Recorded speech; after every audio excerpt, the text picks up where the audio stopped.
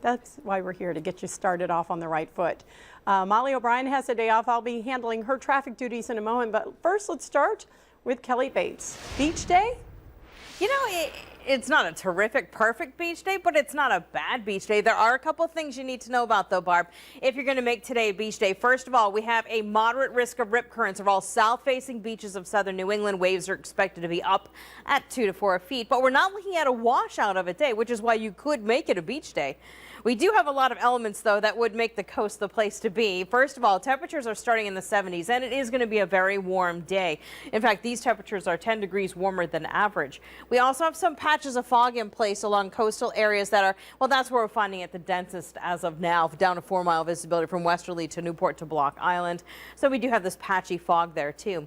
This is a look at your upper level clouds. Keep in mind, we have the low level clouds, the fog that's sort of filling in the holes here. But what we're looking at is a blend of hazy sunshine and clouds. It's going to look a lot like yesterday, and because we have this front that's really close by through the day, we do have a slight chance of seeing a pop-up shower or perhaps even a thunderstorm. So generally what we would call an unsettled day, but not a washout. If you're going to be outside, you're going to notice the high humidity first and foremost more than anything at all today. Again, a slight chance of a shower or thunderstorm primarily after 2 p.m. and primarily in areas away from the coast. Now we have another front that'll be coming through late Tuesday into early Wednesday. That'll give us our next chance for precipitation. But once we clear that front, we're looking at some real nice weather for midweek. Barbara?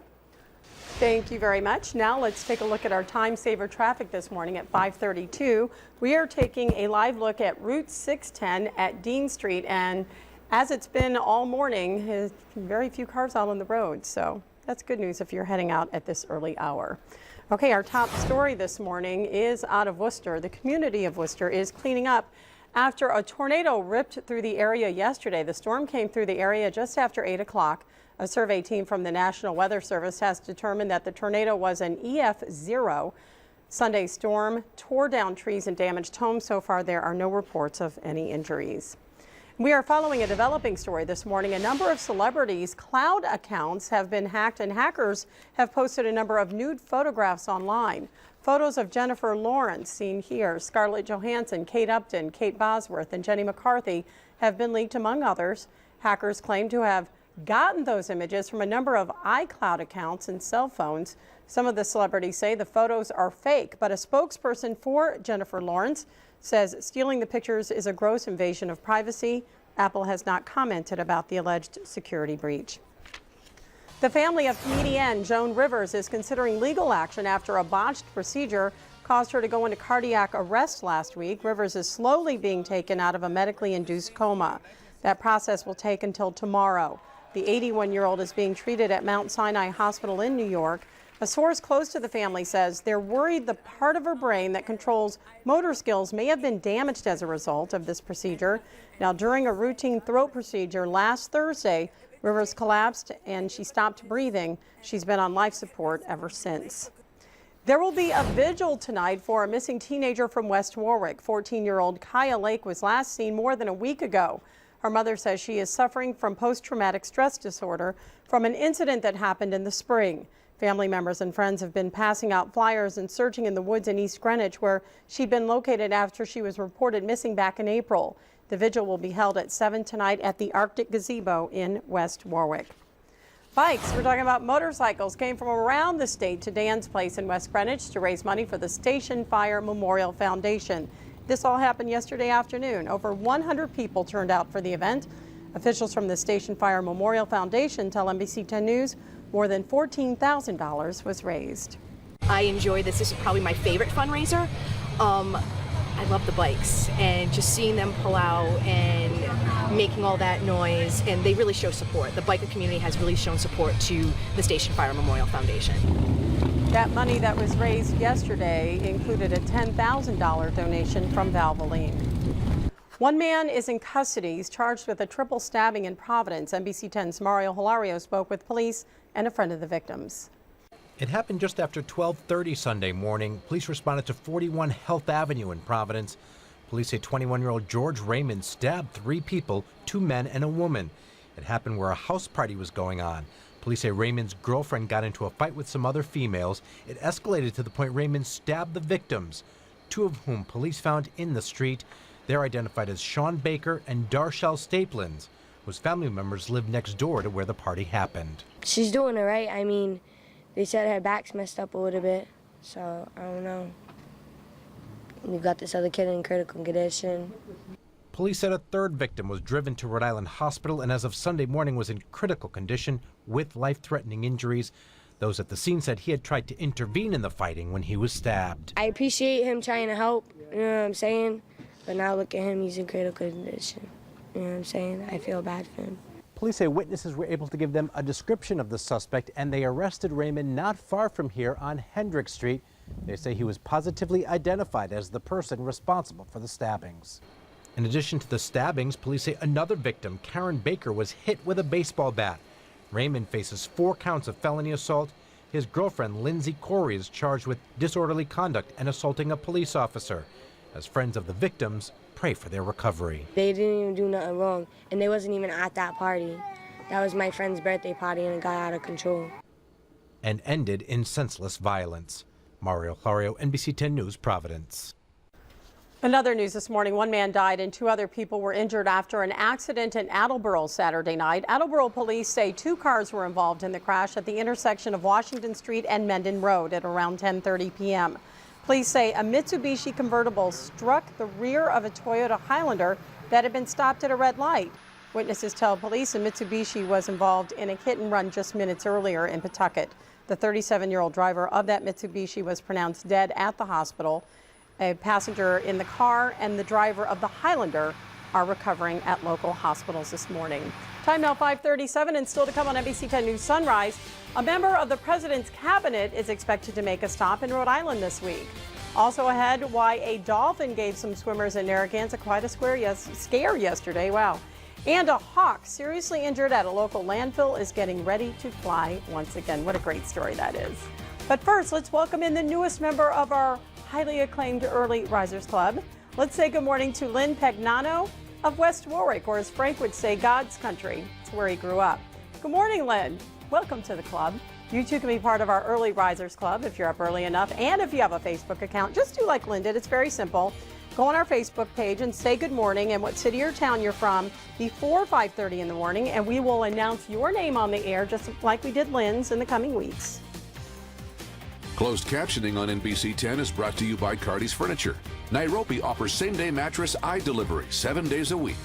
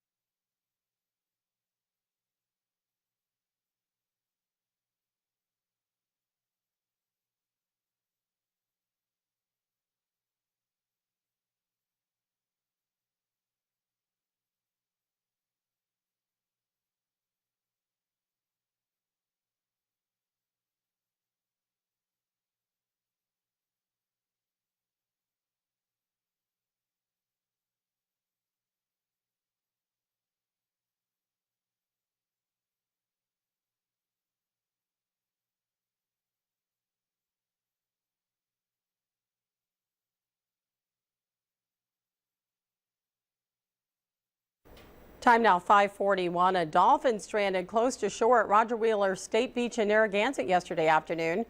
These pictures were sent to the NBC 10 newsroom by a viewer at the beach. The water was cleared of swimmers at around 3 o'clock in the afternoon. Officials originally feared it was a shark. The Department of Environmental Management was monitoring the area. They called experts from Mystic Aquarium to help get the dolphin back to sea. And yesterday marked the 60th anniversary of Hurricane Carol. It hit Rhode Island on August 31st, 1954. These are photographs that were sent to us by John Doty of Jamestown, who was there when Carol made landfall. Wow, look at those pictures. Winds reached up to 105 miles per hour during the storm, and ocean swells grew to 14 feet in Narragansett Bay. More than 600 homes and 100 buildings were lost to the storm. For more on these fascinating pictures, you can visit our website, turnto10.com, for a complete slideshow. Well, a hawk seriously injured near the Johnston landfill is close to being fully healthy again, thanks to a local organization. NBC 10's Tony Gugliotta has that story. See, it's not perfect, but he's getting there. A far cry from when we met this hawk back in December.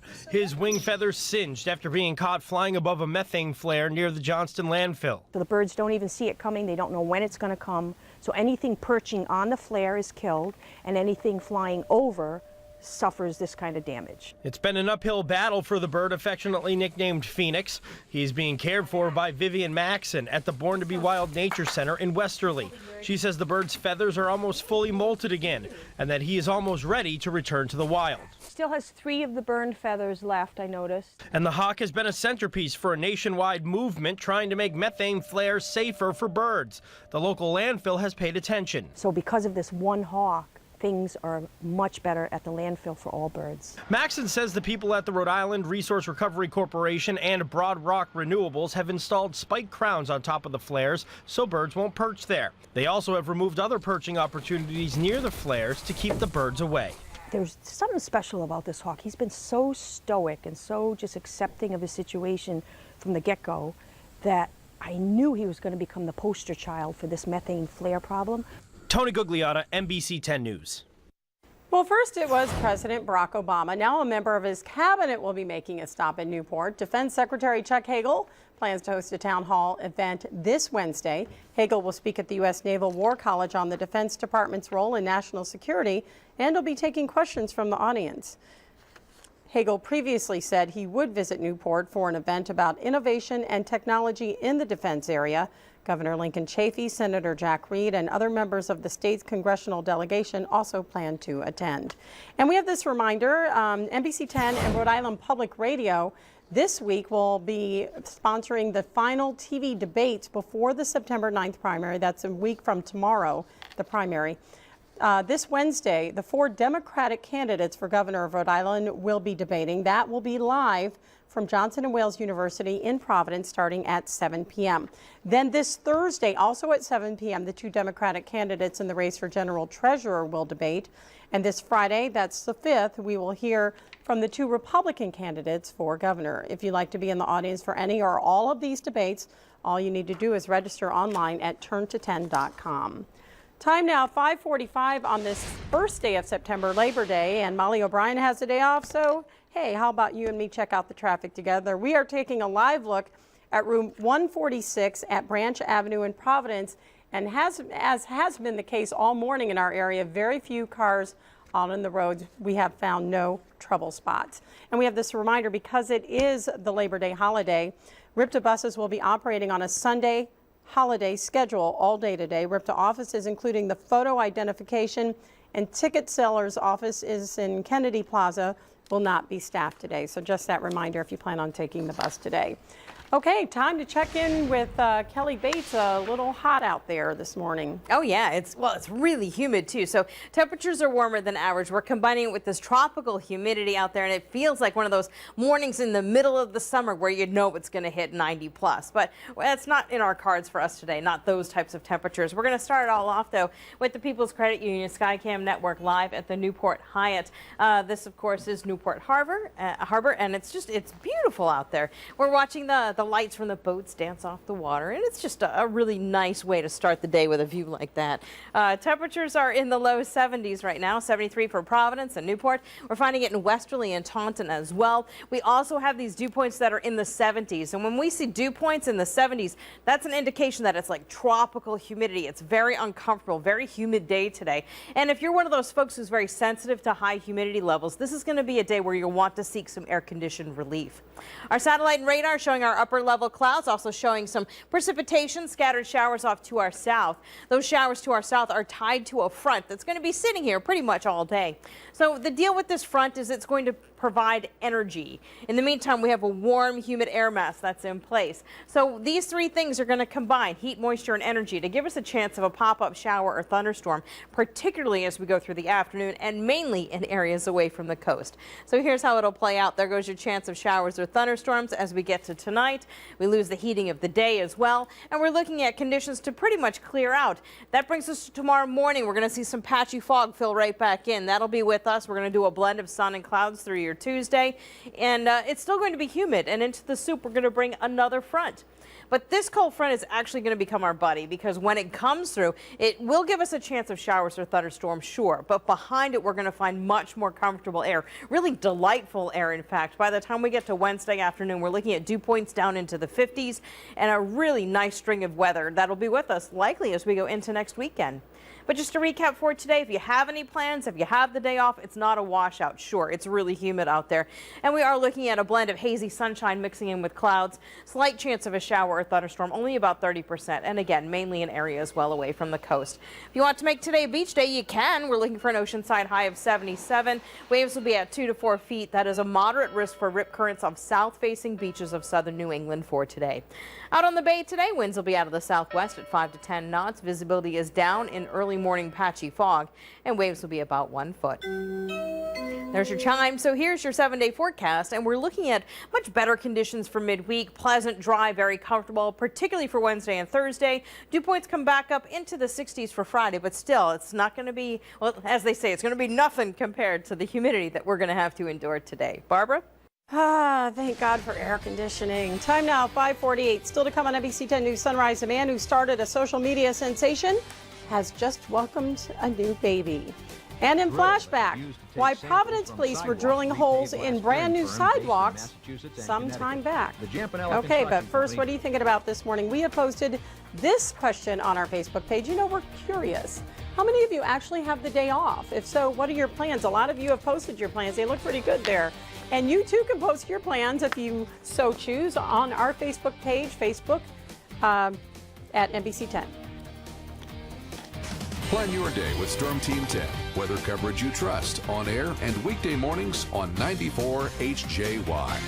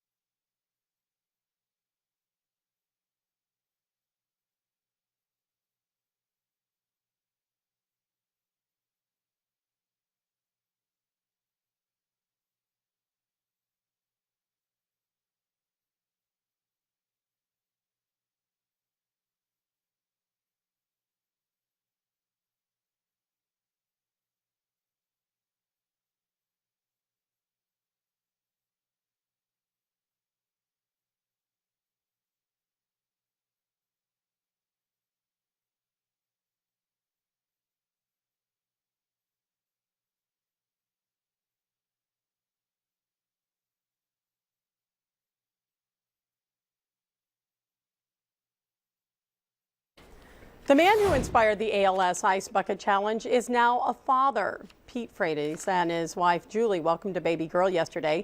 Lucy Fitzgerald Freitas was born at 7.8 pounds. Her father, Pete Freitas, was a former Boston College baseball player.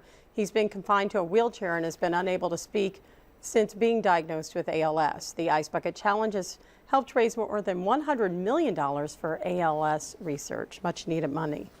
Well, the first openly gay player in the NFL has been cut from the roster. Michael Sam made history as the first openly gay player to be drafted to the league. But the 24-year-old failed to make the final roster for the St. Louis Rams. Sam is now a free agent and hopes to be able to continue to play football. And say goodbye to a main attraction at the National Corvette Museum, a giant sinkhole. The museum now plans to fill the 45-foot wide sinkhole that opened up in February and swallowed 8 vehicles. Museum officials had wanted to keep the sinkhole after the number of visitors increased since the hole opened up. But a museum spokeswoman says after running the numbers, it turns out it would actually cost $1 million more to preserve the hole than to fill it. Work to fill the sinkhole is scheduled to start sometime after early November. Today's Flashback reviews what had to be one of the Providence Police Department's unusual investigations ever. They were drilling holes in sidewalks that had just been installed about a year earlier. It was part of the big Providence City Hall corruption investigation of the 1980s. The story is from 31 years ago today, September 1st, 1983.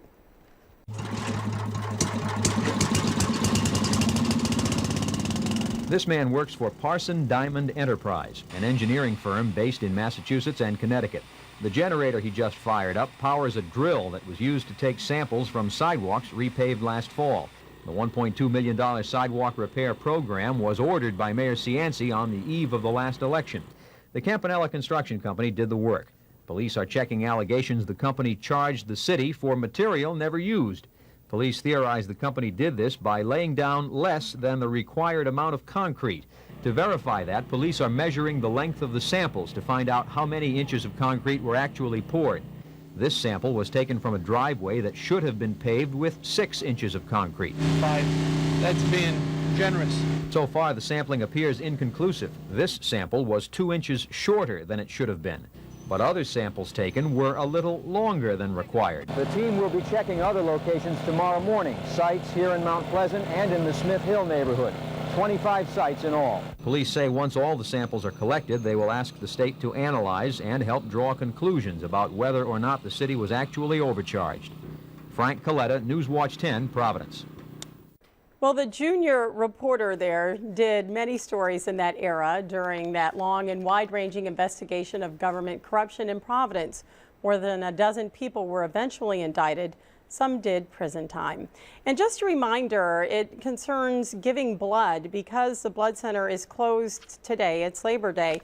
They expect to collect between 240 and 280 pints of blood to make sure it's on the shelf when it is needed. So they are urging you, if you can, to please come out tomorrow or in the coming days to give this wonderful gift of life by donating blood.